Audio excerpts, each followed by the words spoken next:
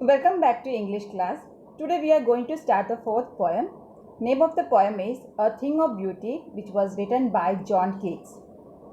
John Keats was born in London in the year 1795 and died in Rome in 1821 at the age of 25 due to illness. He is a romantic poet and his poetry is characterized by sensual imagery in his most popular work, which is a series of odes. Odes means lyrical poem which is meant for particular subject. Today, in his poems are one of the most sought after creation in English literature. The above given poetry is an excerpt from his poem Endymion, a poetic romance in 1818 considered to be an epic poem.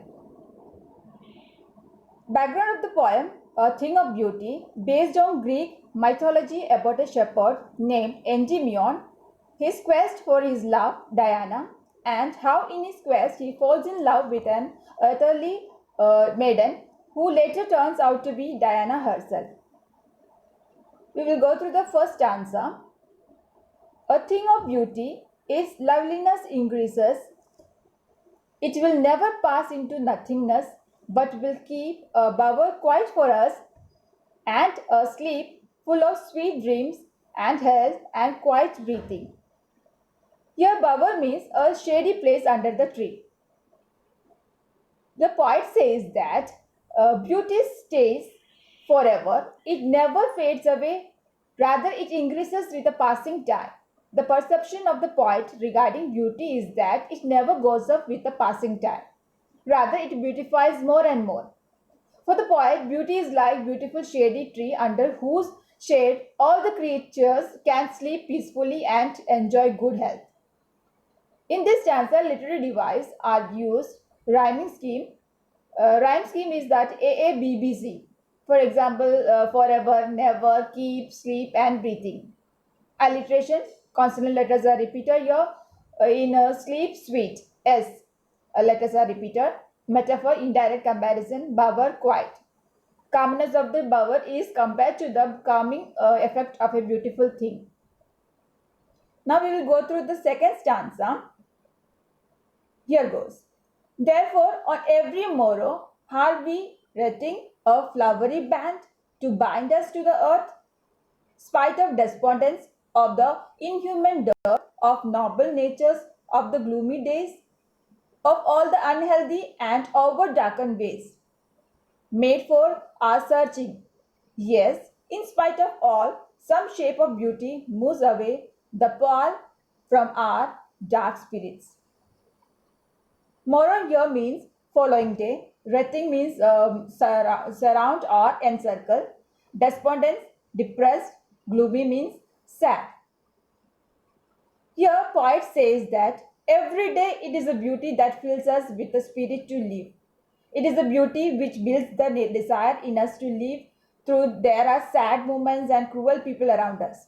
So here the poet wants to say that without beauty the earth will be full of cruel people, sad and gloomy moments. It is the beauty which is created by God which help us to remove the sadness from our hearts.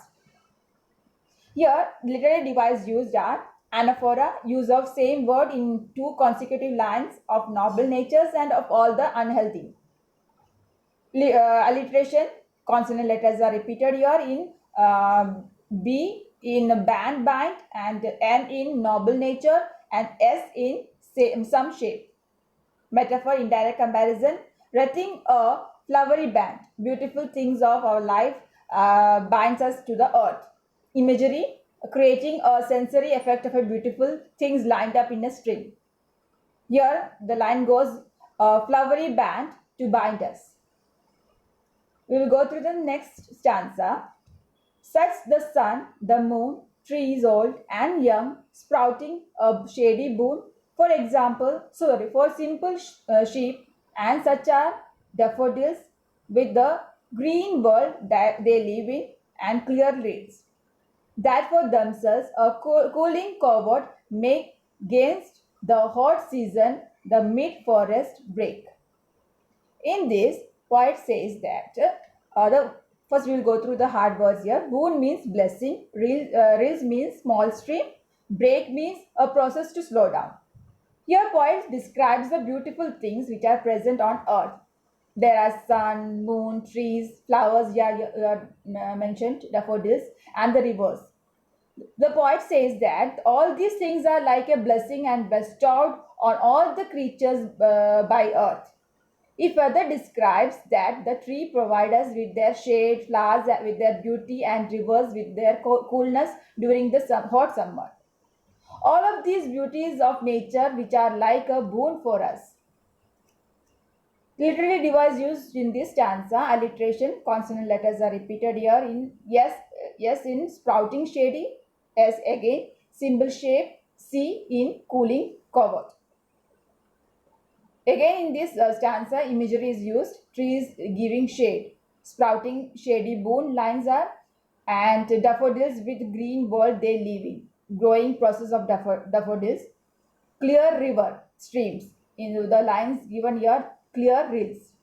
Antithesis means opposite words are used here, placed together here, old and young. Now next lines, the rich with a sprinkling of fair musk rose blooms, and such too is the grandeur of the dooms we have imagined for the mighty deed